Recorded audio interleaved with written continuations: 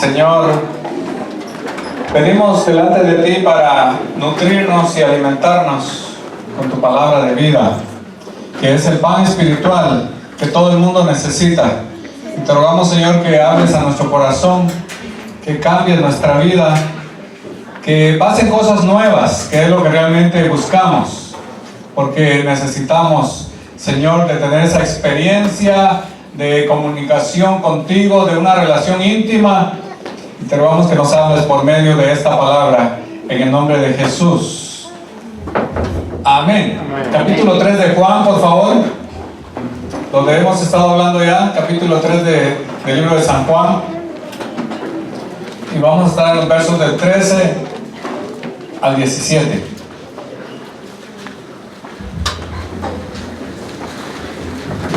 Nadie subió al cielo, sino el que descendió del cielo, el Hijo del Hombre que está en el cielo.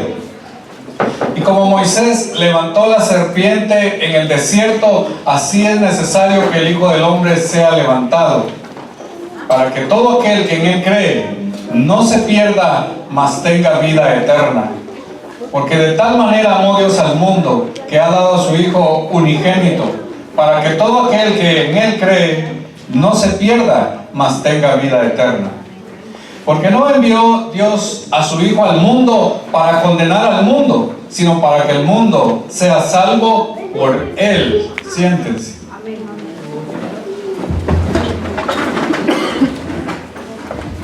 Nicodemo le dijo a Jesús, si ustedes recuerdan, estamos hablando de Nicodemo, ¿verdad? Los que han venido los domingos anteriores.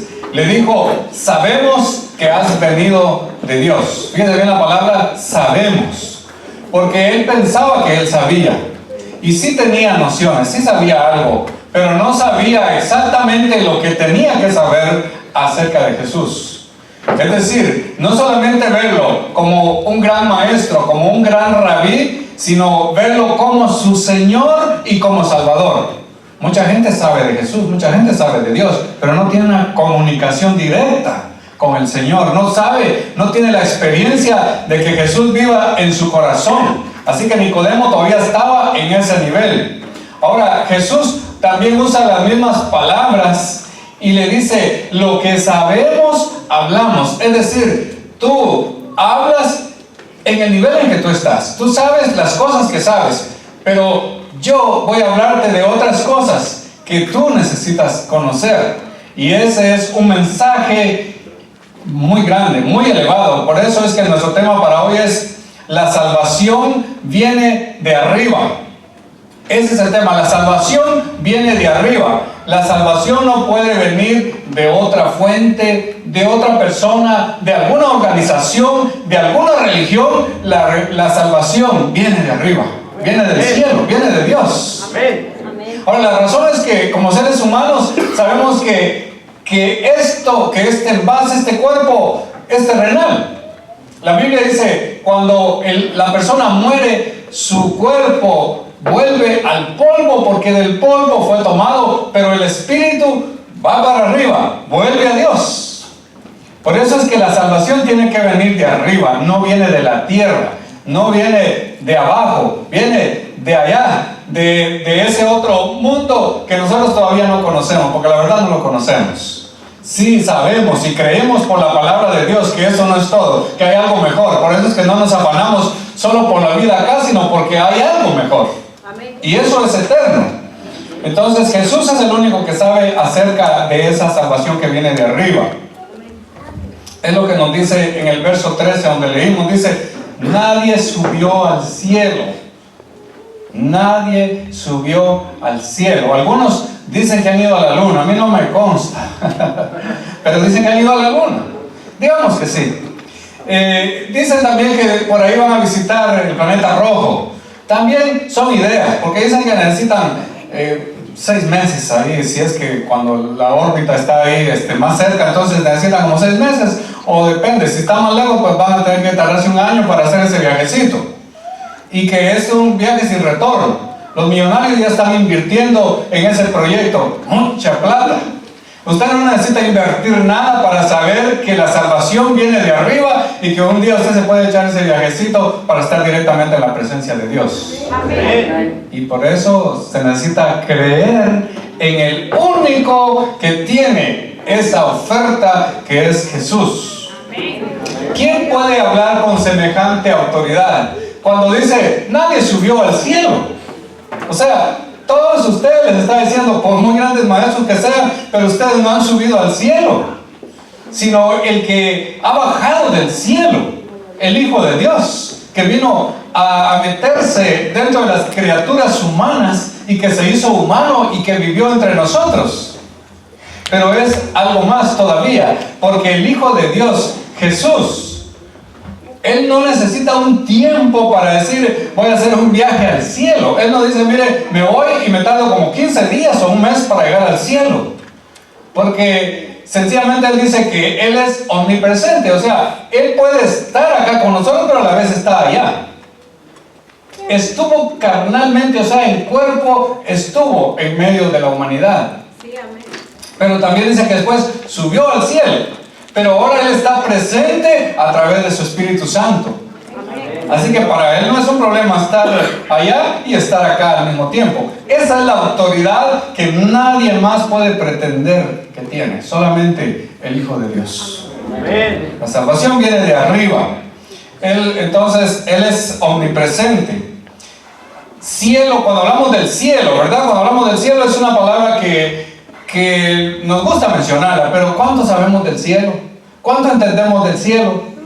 ¿Qué convicción tenemos nosotros del cielo? La verdad es que la gente que tenía esa inspiración de Dios, como el apóstol Pablo, pudo hablar hasta del tercer cielo, primero, segundo y tercer cielo. Los seres humanos que han creído en el Señor tendrán la ventaja de pasar el primero, el segundo y estar en el tercer cielo con el Señor. Eso es lo que dice la Biblia, la palabra de Dios. Entonces, nosotros, por cierto, que no hemos subido, pero si creemos en aquel que ha estado allá y que ha estado acá, también subiremos. Amén. Y ahí sí se podrá decir que sabemos. El que sabe es aquel que realmente lo ha experimentado. Pero usted dirá, entonces quiere decir que yo voy a saber hasta que esté allá. Ahora todavía no sé nada.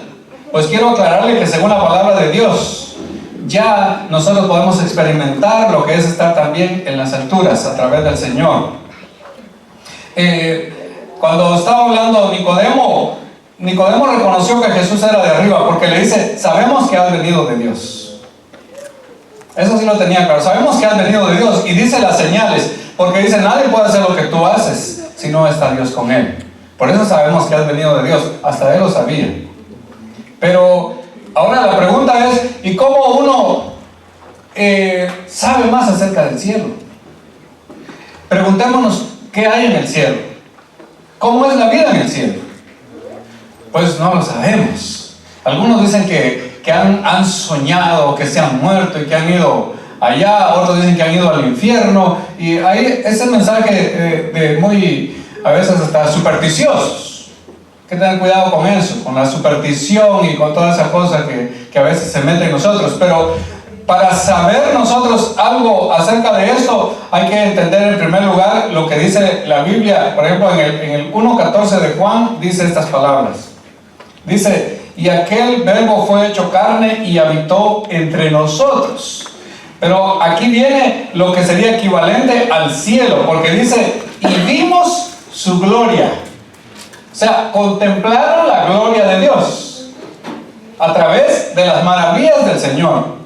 Pero dice, gloria como del unigénito del Padre, lleno de gracia y de verdad. Quiero decirle de una vez por todas, estimado hermano y hermana, todos los presentes, quiero decirle de una vez por todas, que cuando usted cree en el Señor, empieza a experimentar algo grande, que es la gloria del Señor.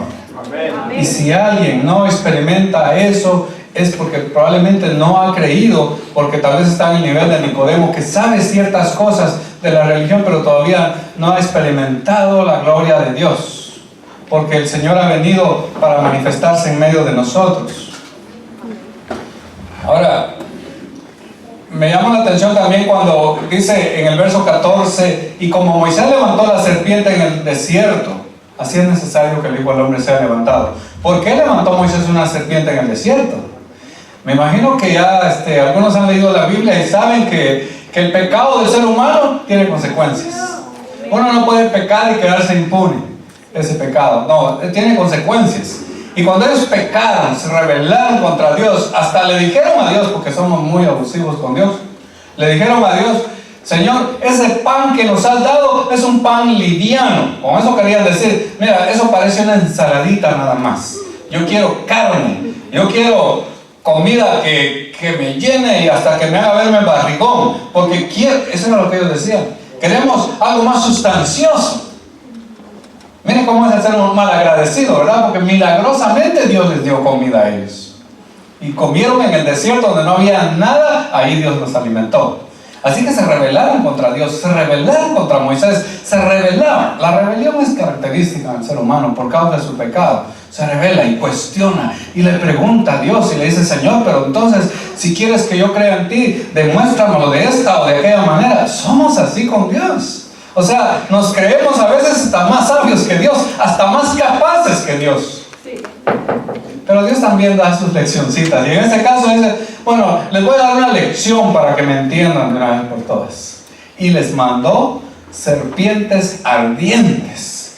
Y cuando dice serpientes ardientes, está diciendo eran unas serpientes que cuando le mordían le calentaban toda la sangre y la persona se podía morir en poco tiempo. Y así pasaba, los mordían y se morían, los mordían, mucha gente se murió por las mordidas de las serpientes. ¿Se imagina usted viviendo entre serpientes? Que las sorpresas, ¿no? Estaban en la cama, estaban en la cocina, estaban en el campo, en todos lados estaban las serpientes. Si a veces a un sapito le tenemos miedo, ¿verdad? Y entonces claman a Dios, porque ya cuando nos pasa algo, somos como chavos, ¿verdad? Decimos: no, pues así por las buenas y ya. Y ya venimos a Dios: Señor, ten misericordia de mí, Señor, ayúdame. Y fueron y le dijeron a Moisés: ora por nosotros, mira que se está muriendo el pueblo, por favor pide por nosotros. Y Moisés lo hace y dice: está bien, pero ¿sabes qué? No voy a eliminar. Mire cómo actúa Dios, hay que conocer a Dios. No voy a eliminar las serpientes, sino que voy a darles otra solución. Y la solución es que las serpientes los van a seguir mordiendo, pero ponte un asta y ahí coloca una serpiente de bronce, y cuando alguien sea mordido, que vaya y que mire a la serpiente con fe y sanará. No era la serpiente la que iba a sanar, porque algunos confunden las cosas, ¿verdad? Confundimos los medios con el fin. Terminamos adorando otras cosas. Pero no era la serpiente en sí, no era ese metal, eso no tenía ningún poder, sino era el acto de obediencia a Dios, de ir y caminar y mirar aquello. Y ahí venía la sanidad. Y aquí, fíjese bien que la palabra está diciendo: y como Moisés, o sea, la comparación.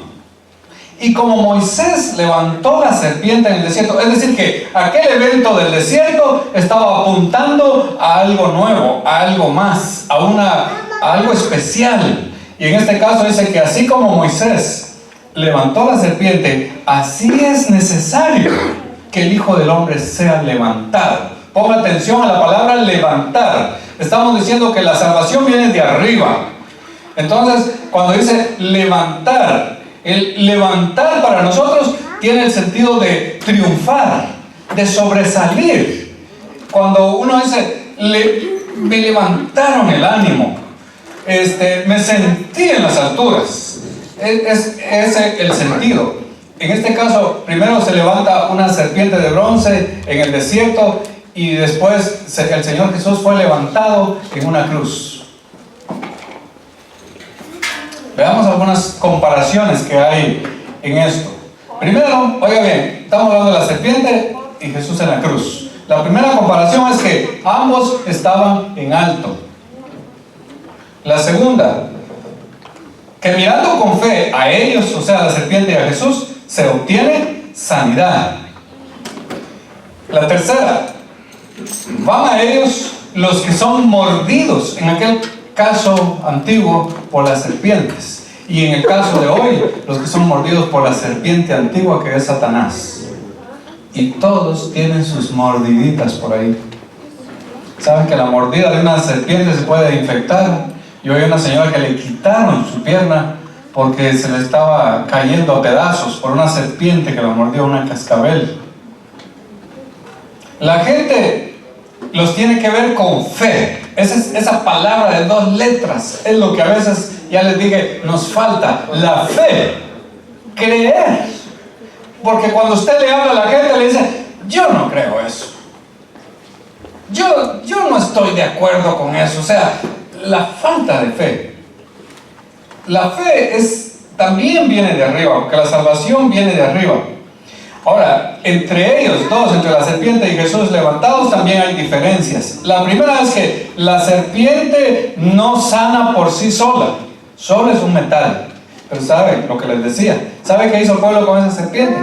La pusieron ahí y la llevaban para acá, la llevaban para allá, y después no la usaban solo para lo de las mordidas, sino también para otras cosas. ¿Cómo es el ser humano, verdad? Hace mal uso a veces de lo que Dios le da. Y cuando vino un hombre que se llamaba Ezequías, que él vino a limpiar el pecado y la idolatría del pueblo, quitó eso, quitó la serpiente, la hizo pedazos, la molió y la quemó y no sé qué más hizo con ella, porque Dios no quería que la gente confundiera las cosas de esa manera. No era la serpiente la que sanaba. Ahora, también la serpiente ofrecía una salvación temporal porque sanaba el problema físico, sanaba esa mordida que dañaba el cuerpo. Pero Jesús, levantado en una cruz, puede sanar la mordida de Satanás, que a veces nos hace tanto daño y a veces ni siquiera nos hemos dado cuenta que por causa de esa mordida estamos como estamos. Pero Jesús puede sanarnos también de eso y de mucho más. La salvación viene de arriba. ¿Sabe que si uno estudia la vida de Jesús, el propósito de la venida de Jesús, que nos cae muy bien saberlo porque somos un mundo adelantado en muchas cosas, pero atrasado en los asuntos de la fe, así que nos cae muy bien entenderlo de una vez por todas. Pero cuando hablamos de Jesús, hay 2 pasos que Jesús da para ser el Salvador del mundo. El primero es el paso de la humillación.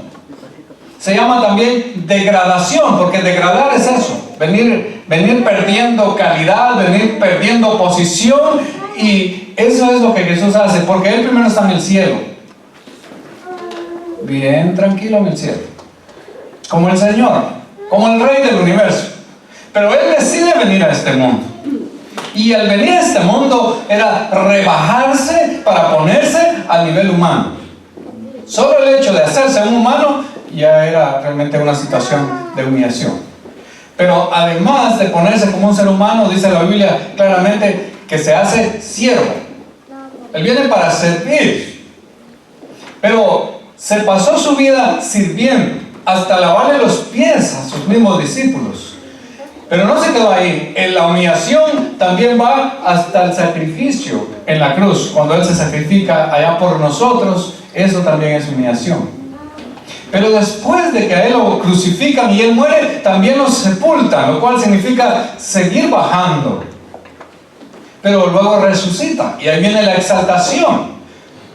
Empieza el primer paso de la exaltación. Estábamos en la humillación, ahora viene la exaltación. Ahí empieza a ser exaltado por el Padre. Y cuando Él resucita victorioso sobre la muerte, sobre Satanás y sobre todo lo malo, sobre el pecado. Y Él dice que todo aquel que cree en Jesús resucita o ha resucitado juntamente con Jesús. Hemos dado los mismos pasos. Los que ya creemos hemos dado esos pasos, porque Él lo hizo por nosotros. Porque Él no tenía necesidad de hacerlo por sí mismo, porque Él es el Señor y Él es santo, pero Él asumió nuestra culpa. Él se echó sobre sí toda la carga de la humanidad por causa de su pecado. Pero cuando uno cree, uno da los pasos con Él, sepultado y resucitado, victorioso. Y luego Él asciende al cielo. El que bajó del cielo vuelve al cielo. Todo eso es exaltación. Ahora, quiero también darles otro aspecto de esto de ser exaltado, de ser puesto en alto. Sabe que la crucifixión para algunos, yo no sé, pero a veces los seres humanos pensamos que no entendemos el mensaje porque algunos saben que lloran. ¿Sabe usted que muchos lloran por Jesús? Ay, dice mi Señor todo lo que le hicieron. Y se lamentan por Jesús. ¿Qué le dijo Jesús a las mujeres que hicieron eso en ese tiempo? Les dijo, lloren por ustedes mismas, porque realmente les vendrán días muy difíciles. Pero hay gente que llora por Jesús. Van a ver la película de Jesús y salen llorando por Jesús. Ni siquiera se dan cuenta que tendrían que llorar por sus mismas miserias, por sus mismos pecados. Pero cuando Jesús vino a este mundo a cumplir su ministerio, Satanás, que es el enemigo de Dios y es también nuestro enemigo, quiso interrumpirle su ministerio desde el principio. ¿Qué hizo Satanás cuando lo tentó? Usted sabe más o menos las tentaciones que le vinieron a Jesús por causa del enemigo.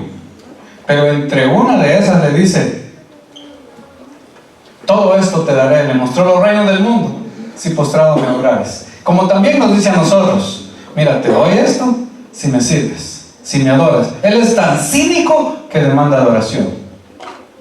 Y ofrece cosas que nos gustan, que nos atraen, que hacen que brillen nuestros ojitos, que vibren ante esas ofertas del enemigo. Así lo hizo también con Jesús. Le dice, todo te daré si postrado me adorares. Pero Jesús lo derrotó, que fue la primera derrota ahí cuando Él estaba sobre la tierra. Lo derrotó y salió victorioso de la tentación, y venían ángeles y le servían. Eso también es exaltación. Pero no fue solo eso. Cuando ya iba ahí para ser crucificado, que era el momento más difícil, porque Jesús hasta dijo, si es posible pase de mí esta copa, o sea que no tenga que sufrir estas cosas. Pero también dijo, pero no se haga mi voluntad sino la tuya, le dijo al Padre. Y en ese momento viene Satanás otra vez, que le había estado saliendo al paso ahí. Si usted lee el recorrido de Jesús, le salía al paso, y ahora le sale al paso ya casi cuando va a la cruz. ¿Y qué le dice? A través de uno de sus propios discípulos. Satanás se vale de cualquier instrumento. Satanás es abusador hasta donde uno no se lo imagina, y se vale de uno de los discípulos del círculo íntimo, de los tres que estaban más cerca de Jesús, de los tres que habían estado en la transfiguración. Se vale de Pedro, y cuando Él les está diciendo, es necesario que yo vaya a la cruz, porque ese es el plan, así se va a salvar al mundo. Cuando Él dice eso, Pedro le dice, nunca te acontezca tal cosa. Según Pedro, haciendo bien, ¿verdad? No, como mi maestro va a sufrir. ¿Y qué le dijo Jesús? No lo felicitó, lo acababa de felicitar por otra cosa. Porque le dijo, tú eres el Cristo, el Hijo de Dios viviente. Ahí lo felicitó, le dijo, esto no te lo reveló ni carne ni sangre, sino mi Padre que está en los cielos. Pero cuando le dice, no te acontezca nunca tal cosa, entonces Jesús le dice, apártate de mí, Satanás. ¿Se recuerdan que en el primer sermón sobre este capítulo les dije que Jesús es seco y directo? Él no nos pide permiso para decirnos las verdades que nos tiene que decir. Ni tampoco nos pide permiso, como dicen nuestros hermanos boricuas, para darnos un cantacito. Y así se lo dice entonces a Pedro, apártate de mí, Satanás, porque es necesario que esto se cumpla. Y cuando Jesús está en la cruz, que está elevado, y que para muchos, para Pedro y para otros, eso puede significar derrota, puede significar que Él no es el Señor, como le pasó a los judíos que no lo reconocieron como el Señor, puede significar todo eso. Pero realmente para Jesús es exaltación, porque Él dijo cuando estaba en la cruz, ustedes recuerdan esas palabras, consumado es. Y consumado es quiere decir, esto está cumplido, esto está realizado, porque Él lo hizo por nosotros. Y ahora, pobres de nosotros, si andamos buscando otros medios de salvación. El ser humano se está perdiendo, se está confundiendo. Y yo quiero decirle, y lo tengo que decir como predicador de la palabra de Dios, lo tengo que decir, que aquí mismo, donde estamos, donde es el lugar de los sueños para muchos, sí, porque algunos tienen sueño por ahí, es el lugar de los sueños para nosotros. Es un lugar también donde se está perdiendo la fe en Dios, donde se está prohibiendo la palabra de Dios, donde se está sacando la educación cristiana de las escuelas. No crea que el ser humano es inteligente por eso. Hay alguien que está trabajando ahí. Hay alguien que está haciendo esto. Pero nosotros necesitamos entender este mensaje. Mire lo que dice en el verso 15. Dice, para que todo aquel que en él cree no se pierda, mas tenga vida eterna. Y más adelante dice, porque no envió Dios a su Hijo al mundo para condenar al mundo, sino para que el mundo sea salvo por medio de él. Pero eso sí, claramente dice en el verso 16, dice, para que todo aquel que en él crea, y yo quiero ser explícito y decirles, para que todo aquel y toda aquella que en él crea no se pierda, mas tenga vida eterna. Pero, notemos que dice, todo aquel o toda aquella. No dice, ok, para que todo el mundo se salve. No importa lo que haga, no importa cómo viva, no importa su vida, no importa su pecado, no importa eso, todo el mundo se salva. No, hay que creer en Él. Pero creer en Él equivale a aceptarlo como Señor y como Salvador. Y bien claro lo hemos dicho ya, que aceptar a Jesús como Salvador es bonito. Ah, sí, mi Señor, mi Salvador, el que está a la orden mía, el que yo controlo, el que yo manipulo, porque le digo, tú me salvas porque me salvas. Pero con Dios la cosa no es así. Por eso hay que reconocerlo también como Señor. Porque al reconocerle como Señor, le estamos diciendo, si eres mi Señor, te debo obediencia. Si eres mi Señor, te voy a seguir y te voy a servir como se le sirve a un Señor. Pero una preguntita más que la gente dice es, ¿y Dios que es amor condenará al mundo? Esa es una pregunta muy famosa, ¿verdad? Se ha vuelto de moda. Pero Dios que es amor, ¿condenará a los pecadores? ¿Castigará el Señor?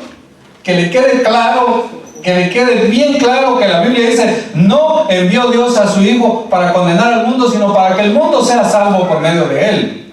Pero dice, para que todo aquel que en Él crea, el que crea, tú tienes que creer y ponerte así, con un corazón dispuesto para Dios. ¿Sabe con qué concluye ahí el diálogo con Nicodemo? Que él llegó a oscuras, ¿verdad? Llegó de noche a Jesús. Pero concluye hablando de la luz. Y dice, todo aquel que tiene obras malas, pecadoras, obras perversas, no viene a la luz para que esas obras no sean puestas en evidencia. Pero todo aquel que realmente quiere y viene de corazón humilde, sincero delante de Dios, viene y se pone así y le dice, Señor, aquí está, mis obras pueden ser malas porque soy pecador, pero mira que también tengo un corazón que tiene temor delante de ti. Tengo un corazón que cree en ti, porque sé que tú eres el único que puedes justificarme, porque la salvación viene de arriba. Hoy tenemos a unas personas acá que han tomado una decisión, y la decisión de ellos es hacerse miembros de la iglesia. Parece sencillo, ¿verdad? Pero hacerse miembro de la iglesia es un paso de obediencia. Hacerse miembro de la iglesia es decir, yo pertenezco a esta comunidad cristiana. Hacerse miembro de la iglesia significa que yo me comprometo con Dios y me comprometo con mis hermanos y mis hermanas. Yo no puedo prescindir de los demás. Yo no puedo prescindir de mis hermanos y hermanas. Es decir, yo no puedo estar sin ellos. Porque la Biblia claramente dice, somos el cuerpo de Cristo. Y el cuerpo tiene sus miembros y usted son parte funcional en el cuerpo de Cristo. Entonces, la decisión es de estas personas que hoy serán nuevos miembros de la iglesia.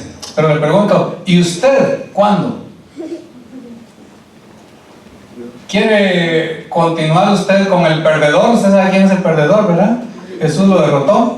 Y le pregunto, ¿quiere continuar usted con el perdedor o usted quiere estar con el que ha vencido en la cruz? La decisión es suya. No me tiene que responder a mí, sino tiene que responder a Dios. Sí, Señor, ¿cómo me cuesta a mí tomar una decisión de estas? O mejor preguntarnos, Señor, ¿por qué me cuesta tomar esta decisión? Ya usted se puede imaginar por qué. Pero no tiene que esperar más, porque todo aquel que en él cree tiene vida eterna.